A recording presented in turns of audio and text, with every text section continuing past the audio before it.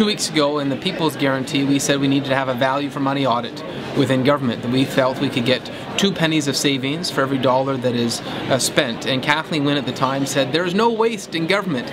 I was surprised she was able to say that with a straight face after knowing about $8 billion on e-health and $2 billion on gas plants and upside down bridges and hundreds of thousands of dollars on a giant rubber duck, yet she still insists there's no waste. Well, I think the Auditor General's report confirms that this is one of the most wasteful governments we've ever seen anywhere in Canada. The fact that you're hearing stories about raccoon traps being expensed, scuba gear, dry cleaning, it's offensive.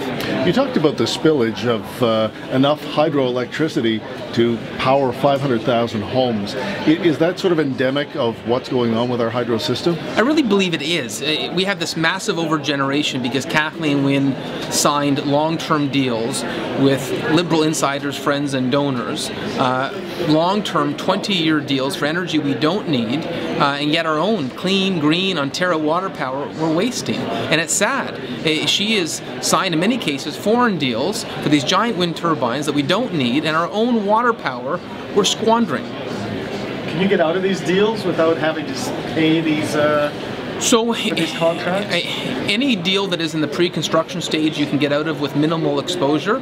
There's still a significant amount of these deals that are in the pre-construction stage, and that's part of our hydro relief plan. These are the recommendations from the Ontario Society of Professional Engineers. In terms of the big contracts, the ones that Kathleen Wynne got $1.3 million in donations for the Ontario Liberal Party and that she overpaid by in grotesque ways, those big contracts are keeping secret. They won't share them with the people of Ontario. It's the most secretive government we've ever seen. Only one of those contracts we've been able to get a copy of. That's the Samsung deal. And on the Samsung deal, there was an exit clause we could have got out of $1.5 billion of surplus electricity, and they did not take that exit clause. And that's why I find it so infuriating. Here they are borrowing $93 billion to temporarily reduce bills before an election, even though bills are going to skyrocket after, and yet they're still signing these bad deals. The fact they just signed 390 more is offensive. This hospital project is long overdue. As a guy who's lived in Windsor, as someone that understands the needs here, this is long overdue, and let me be unequivocally clear, it has my full support.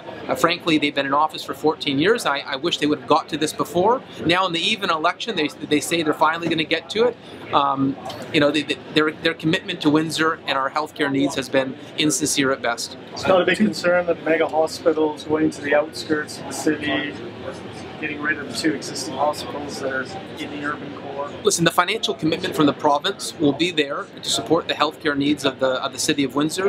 In terms of local decisions on location, you know, I trust local recommendations. It shouldn't be Queen's Park telling Windsor what is best. It should be Windsor giving voice to those local preferences.